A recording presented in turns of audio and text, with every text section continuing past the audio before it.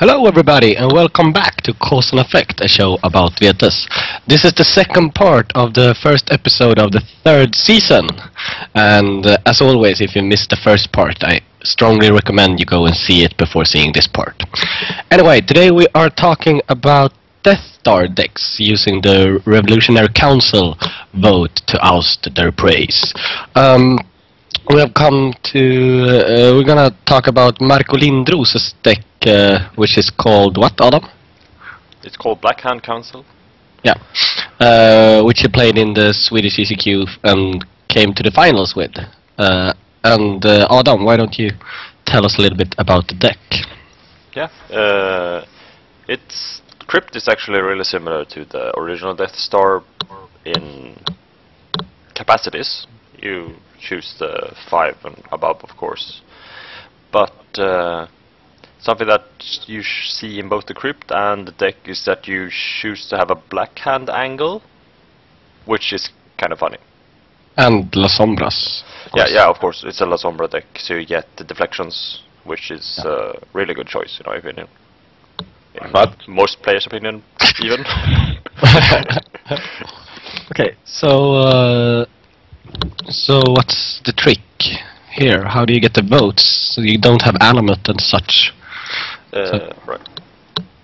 You have a card called Power Structure, which is one of those 1 vote per La Sombra or 1 vote per minion card, or which together with Feast Stakes should give you the vote lock. Okay. There's a few other cards that give you votes as well. Blackhound Emissary, yeah. You get number of extra votes equal to the amount of Blackhand Vampires you have. Okay. So you can get quite a lot of votes, even with this deck as well. The Blackhand trait don't multiply when you make a new vampire, right? No. No. Okay. Just checking. So what's happening? You're basically it's the same deal, or? I think the most important part is that you get Banyoko, who is a Blackhand Seraph Anarch, independent. Okay. Anarch Blackhand Seraph, yeah. Independent Blackhand Seraph. Okay. Yeah, so you can use that for, I don't know if he does that. Yeah, Tattoo Signal, which is neat. To be able to untap, right? Another Blackhand Vampire. And Henri Levenant or something like that, and Emergildio is Blackhand as well. Yeah. So a third of the crypt is Blackhand, so you can use the Tattoo Signal to get extra untaps. I guess Marco uses that together with Watchtower 4 rides 4th to be able to be untapped on another turn with enough minions so that he is safe from misdirection, and in that way be able to bounce. And also the Tattoo Signal makes you be able to untap during an action, so you can get 1 more minion. The minion calling Revolutionary Council can choose himself. Okay. So you can untap him during the action with Tattoo Signal, which is a neat way to get 2 extra damage from the Revolutionary Council. Yeah. So I know he came in 3rd in the final with 1.6, I believe. Do you know if he ever got out? Did he play Revolutionary Council during the tournament? I haven't asked him about the game he won, but I guess so, because he won. Basically, this deck is very slim. This is a 65 card deck, and he doesn't have any kinds or bleed modifiers, so he's basically relying on sheer numbers and Revolutionary Council, and deflections, obviously. 9 deflections, 65 cards is obscene. Yeah. That's of course a metagame choice when coming to tournament in Sweden. Yeah, actually, this was in Lord of the Clog, or Stefan Karlsson's blog. He asked Michael Lindros about this deck and his playing here in Sweden during the ECQ. And he said that he chose one of the reasons he chose this deck was because it has so many deflections. Yeah. Yeah. Of course. This deck features 8 embraces, so this is a little bit more blood heavy, together with the deflections than the original deck as well. Yeah. Or? Yeah, that's true. Yeah, But yeah, Amravati is really expensive as well to use. Yeah. and this is a newer deck, obviously, since this is for 2012. So in this time, Lilith's Blessing has entered the game.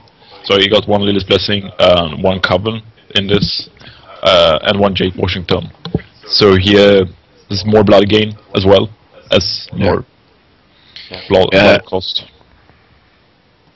But it's quite a lot of masters on 65 cards, or 12. I think that's a okay number. okay. Seems fine. Yeah. I think the most important part, if you compare it to Ben Peel / Matt Morgan's deck, is that this deck only features embraces.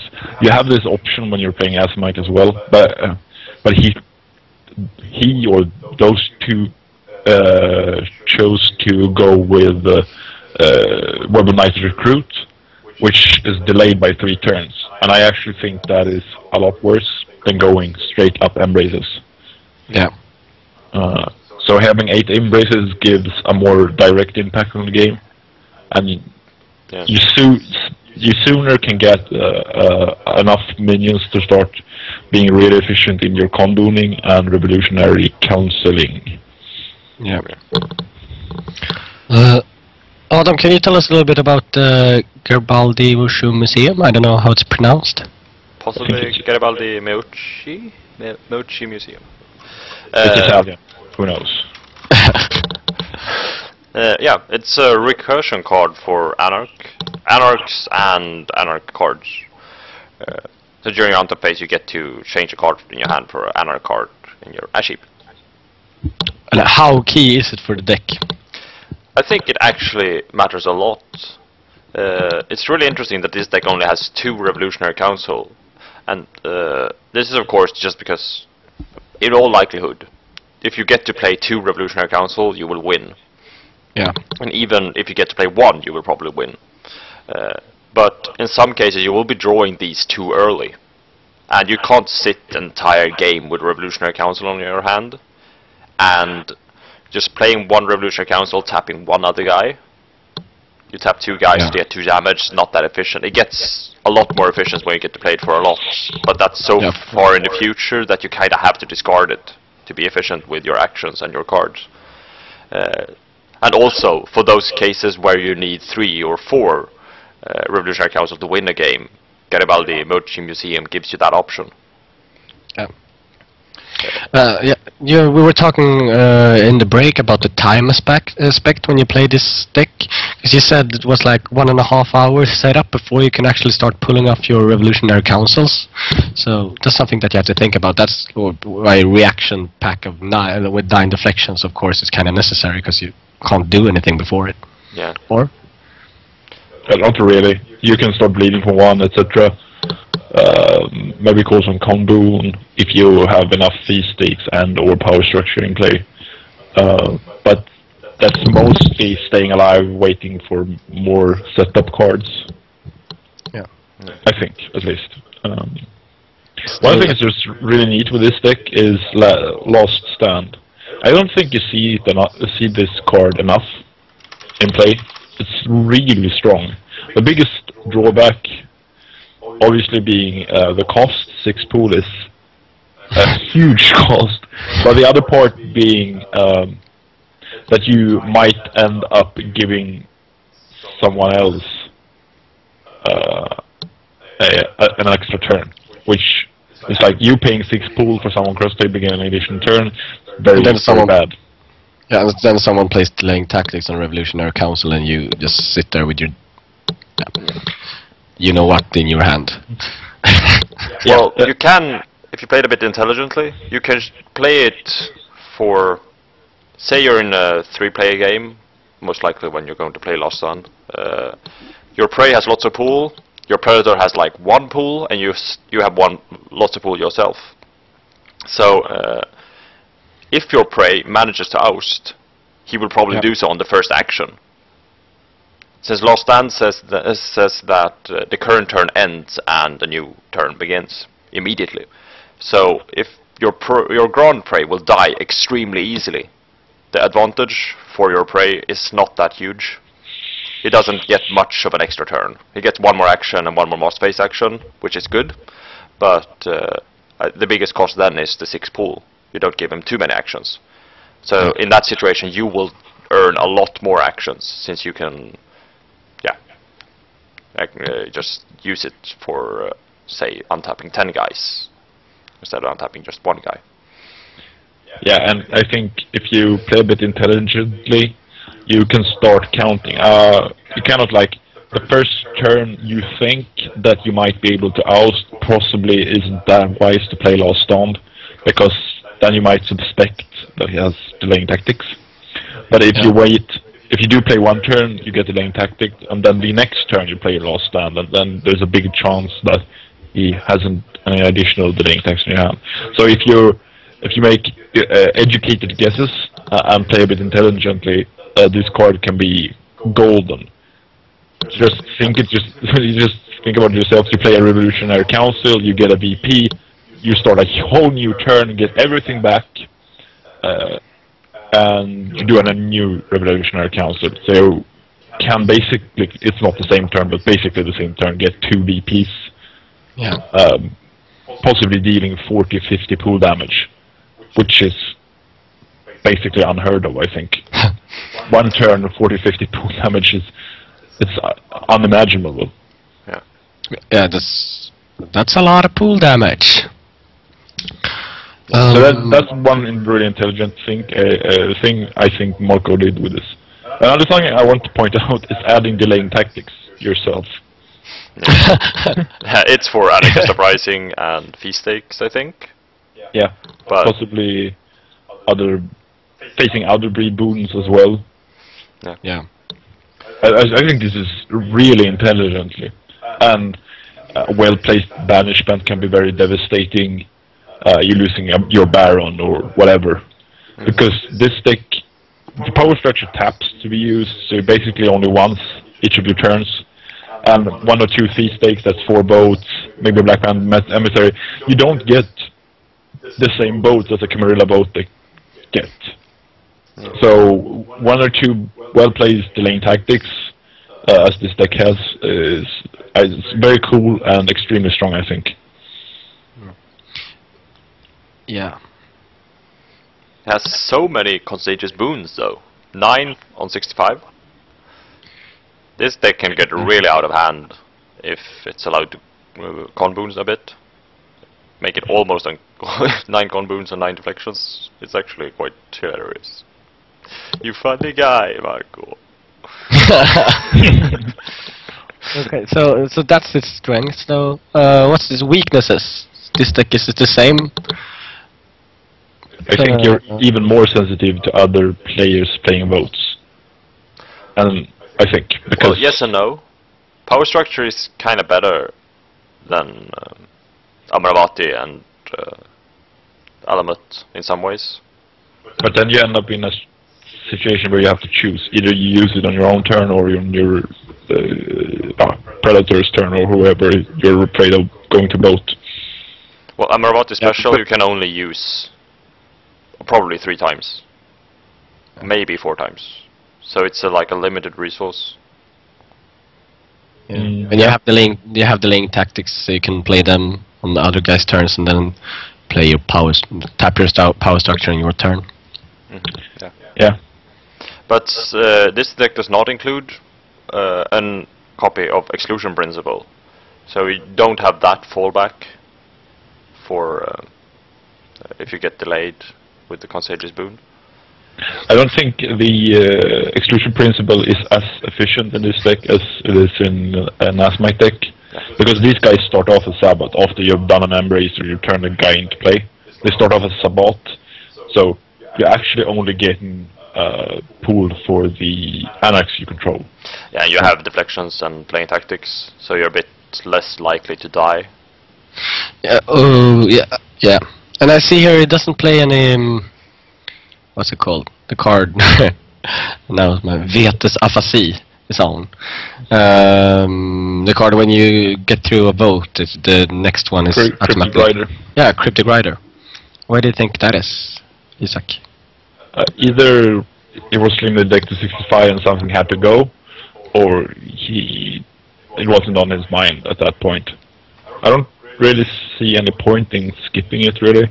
Well, because power actually, structure is a limited resource. Yeah. And if you can get two referendums through by tapping one power structure once, I think that's probably something you want to do.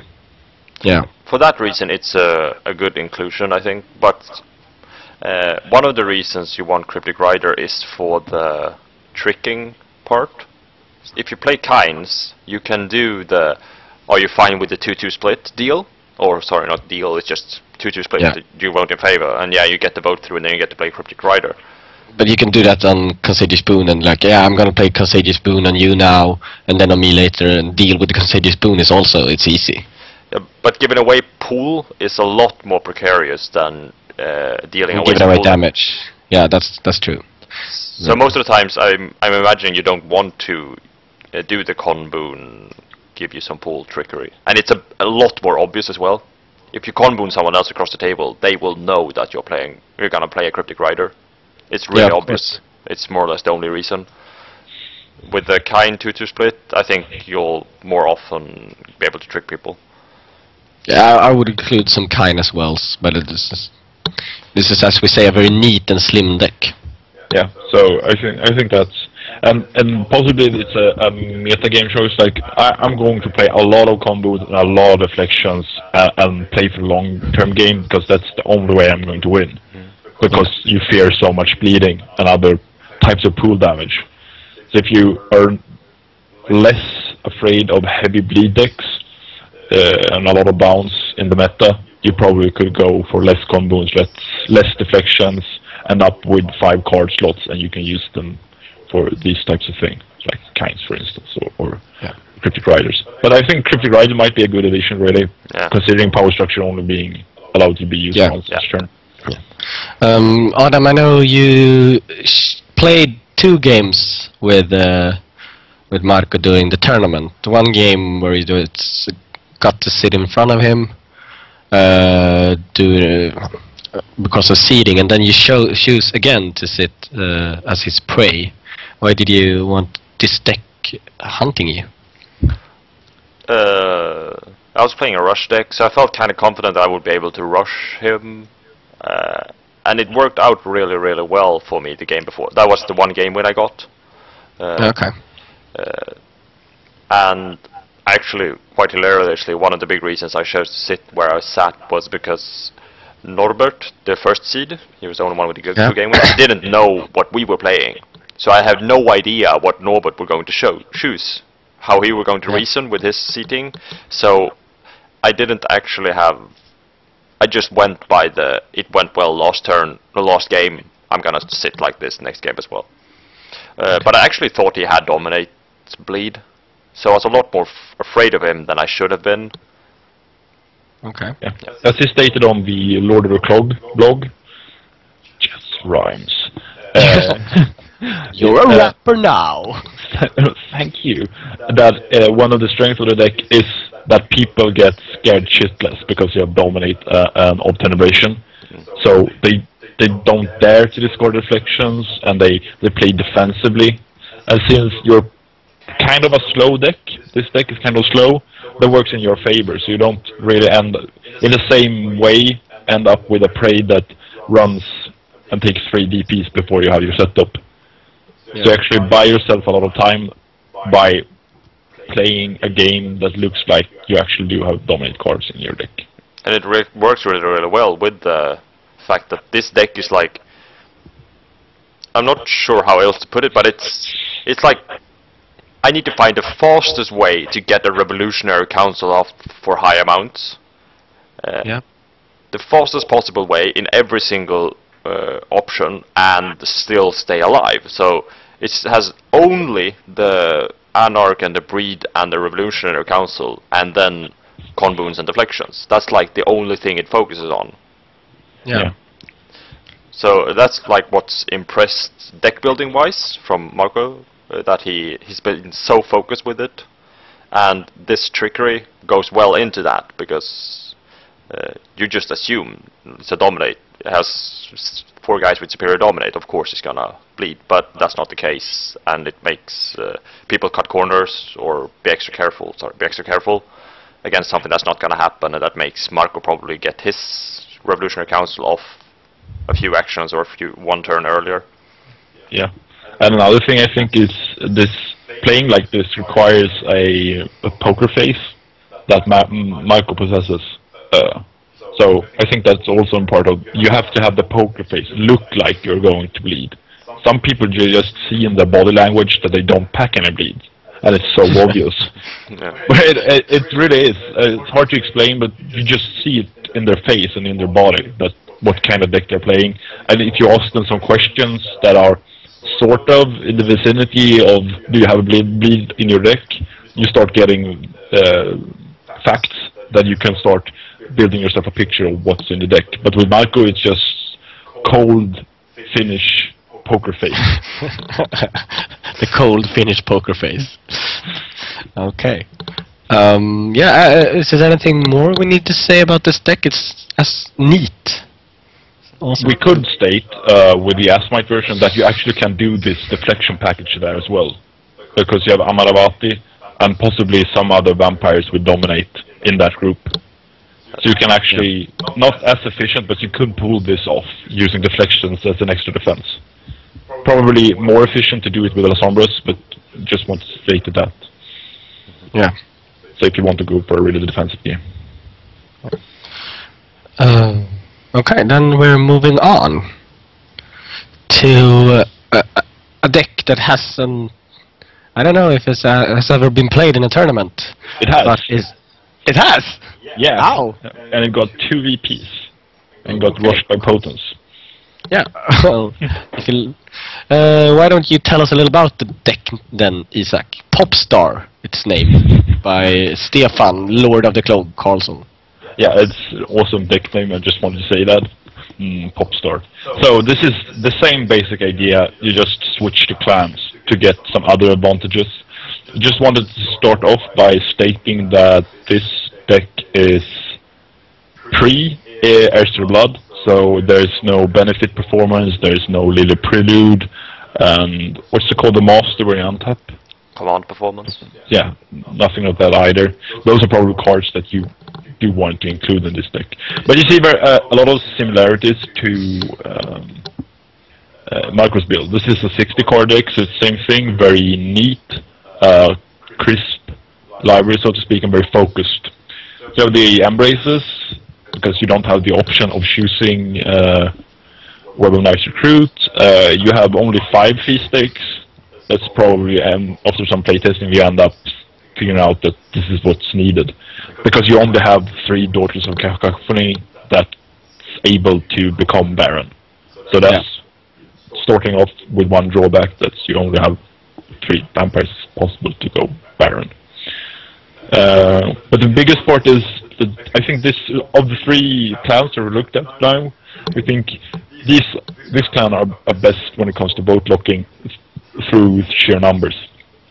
Because you have Conductor and you have Bastille Opera House. The Bastille Opera House is basically the same as Power Structure, but for Daughters of Cacophony. But the Conductor is the real neat one. And this is...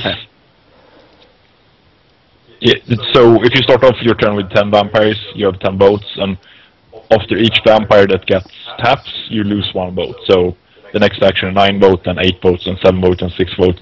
So you have a lot of, as long as you don't tap the guy with Conductor, that is. So you have, will get lots more boats through during your turn than you would with a Power Structure, for instance, or Alamut, where you actually have to gather the counters. In this case, you just have to keep the Daughter of Cacophony with Conductor untapped. So, okay. Do you follow? Yeah. Yeah, I follow. So that I think is the bigger advantage with this deck compared to the other ones. Okay. disadvantages then? Can't play any, can't block at all. Can't play any deflections. How do you? Sorry. How do you stay alive, Adam? Well, if you get the Contagious Boons off without dying, you're gonna be fine.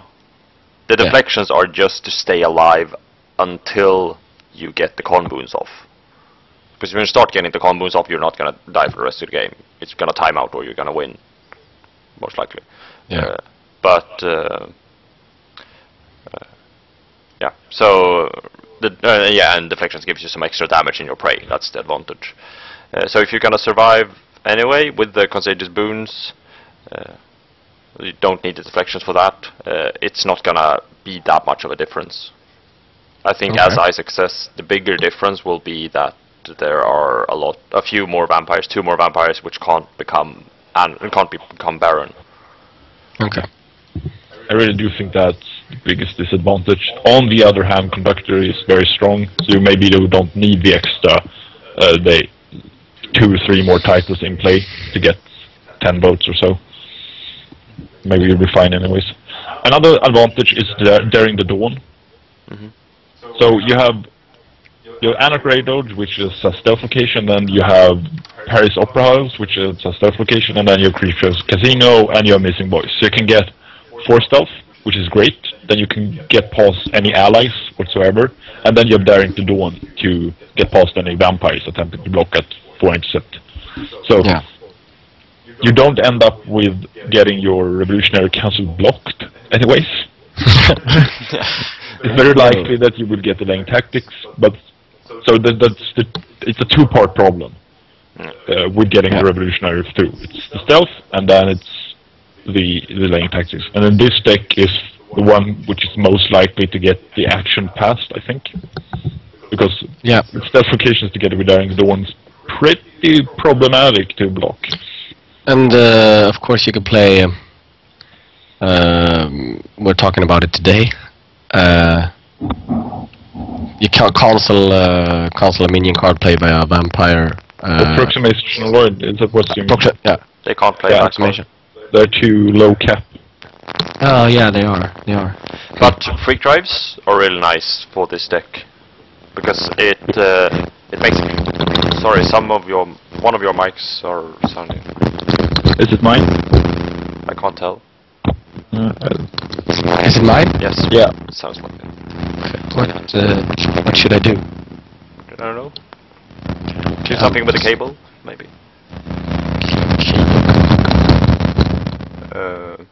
Okay. Yeah, the freak drives makes it possible for you to go get the fee stakes, become a Baron, and vote Revolutionary Council in the same turn, which is a nice benefit for, say, if someone votes your fee stake away, to be sure that he can't die to Revolutionary Council the next turn. You can still get the fee stake and then freak drive and then do a Revolutionary Council. So that's a nice benefit with playing with freak drives. Okay. Yeah. Is my mic any better? Yeah, that's okay. Okay, cool. So go on. I just talked about how fee stakes and freak drives work nice together. Yeah, of course. And with after the Heirs to the Blood release, this is even better because then you have the command performance, which is a master. You can tap to untap the Daughter of Cacophony. So you have the same advantage, so to speak, as a free drive. There's a risk that it can be voted to be burned, but titled vampires need to call a referendum, so you might be fine. Yeah. I see here that Stefan has included 3 dodges as well. That's kind of dodgy of him. I don't really know why he'd do that, or why he'd choose dodge over majesty. Well, there is a problem with the embraces. Until the point where you can play kind resource contested, if you want to bleed, and say there is a stickman deck or a deck with guns as your prey, it's really, really good to block the embrace and put them in torpor. Yeah. Extremely annoying. So the dodges makes it more possible, or more viable to tap bleed with the embraces. Yeah. that's an advantage. I'm not sure. I'm not saying it's a good enough advantage that it's worth the dodges, but that's at least one of the advantage of playing with dodges. Yeah. 3 of them are not too cumbersome. Yeah. But something that, if I can go on to the disadvantages of this deck, Yes, please. but that's easily fixable. Both the decks we talked about before has included Firebrand, which does not is not included in this deck. Firebrand, the Anarch gets an extra boat, and he can burn 1 blood to untap a younger ready Anarch. Okay. It doesn't seem that powerful, except for when you think about how you can make the Revolutionary Council become powerful 1 turn earlier. So a big problem with all these decks is that the Embraces need to become Anarch. Yeah. It's actually a lot of them, and you can't use Anarch Convert for them, at least not efficiently. And the Seattle Committee is only 1 per turn. So when they go Anarch as an action, you can untap them with Firebrand afterwards and make them viable for Revolutionary Council immediately. And that's really good. But is that better than Shim's tank? But that's was in the Azalite deck. But that required Crime Think. Yeah, Crime Think. But that required Crime Think is a modifier. Yeah, it requires you to take an action before that. So you tap 1 guy to untap another guy. Okay. It doesn't have you a net gain of untapped Of action. vampires. Yeah. But Firebrand does. Yeah. And this is a permanent as well. And it gives you a boat, so you easily get towards the boat lock. So I actually think Firebrand can be good. It's in one way it's kind of weak for a boat. Yeah, I would like it to make some damage. Yeah. Most of us. Yeah, who wouldn't? But on the other hand, everything in the deck goes towards comboing a Revolutionary Council. Everything climax at that point. Either you gain yourself shitloads of pool, or you deal a shitloads of pool damage. And if you think about that, if you at 1 point during the game burn 1 blood to get 2 extra pool damage, it's kind of like a damaging boat. It's not very efficient, but it's still a bit of a damaging boat. And if you do it twice, it's 4 damage. Okay. So you would include it then? I think so, yeah. Especially since you have captivation to get some blood back. Yeah, you have vote captivation, but you have 2 freak drives already, so I would say it's kind of a little bit well, freak drive has to kaka play. på kaka. It's redundant. Yeah, redundant. Well, freak drives have to be played after the action, Yeah. and you can only play them with the vampires who are disciplined, so you can't untap an Embrace, you just went Anarch. It has to be Command Performance or Firebrand. Yeah. Yeah. Okay. Yeah, well. I think Firebrand's a good option as well. And getting the one vote, and you can get the Firebrand on a Baron, so the Baron is up to 3 votes. So I think it's okay. Oh, another consideration, actually. Since there are 3 vampires, Delilah, Celeste, so I'm bringing up the deck list. 3 vampires who can't become Anarch, they can still get the vote from Firebrand. And since they're high capped in the Embraces, you can untap with them. And with Madrigal, you get the blood back if you vote with them. Oh, well, they'll be getting blood if you vote with Madrigal. Anyone who votes in accordance to the modifying or reacting vampire gets a blood. Yeah. So you can use the blood. So you can get quite a lot of blood with Madrigal, actually. You can get huge amounts of blood with Madrigal and the vote captivation as well. So that's another way to use the blood, which might otherwise have been wasted. Yeah. Yeah, Madrigal should not really be laughed at, I think, in this deck. It's a good card. Yeah, anything that you can play without the cost as a modifier that gains you 4 blood is a good card, I think. Yeah, and you get 2 votes as well. Mm-hmm. So it fits really nicely with the Embraces. Yeah. Making an Embrace, tapping, voting with Madrigal. Yeah, exactly. and they can. Yeah, you can make them go anarch, and then you can call a referendum. Yeah. You can untap them with Firebrand, and then they get a vote from conductor, and they vote in favor, and they get a blood back. Yeah. Conductor actually gives votes to each individual daughter's company. Yeah, yeah. Cool. Conductor Yeah, yeah. Marigold. Nice combo. Yeah. So I was thinking a little bit about the problem of going anarch. There's a master that can make someone anarch, I believe. A Seattle committee, you put it into play, and during each of the master phases, you can tap that to. Isn't there a trifle as well? Yeah, it's Yeah. called Galeric's Legacy. Yeah. Okay. Well, could that be an option? Maybe if you don't have any trifles saved from that, I think it could be an option. Yeah. So, but I really do think that you need to play Converts and Seattle Committee, and after that you could add Galeric's Legacy. I don't think you should skip Seattle Committee or Anna Converts and play Galeric's Legacy. Seattle Committee, I felt when I played two different kinds of Death Star decks, it felt really, really key to have it. Like, Okay. it's kind of needed, since it's so hard to make 8 extra minions anarch. Yeah. But Galeric's Legacy might give you the same option that Firebrand does, that you get 1 extra anarch the moment you want to play the Revolutionary Council. So Yeah. it could be nice. It could also make you end up with a worse hand jam, because say you add 5 of these to these. If you compare it to the Daughter's deck, which was 12 But then mods, you would remove Seattle Committee if No. you play 5 of No. these. No. That I think is really bad to do. Well, adding 5 of them is excessive. Yeah. I'm Yeah. saying like 1 or 2 maybe. Yeah. For that one Two. time where you can get an extra anarch. It's not gonna matter that you get 1 extra anarch round 4. But round 7 it might be important, and then you might want to play 1 of them. Okay. Possibly. I'm not even sure that's needed.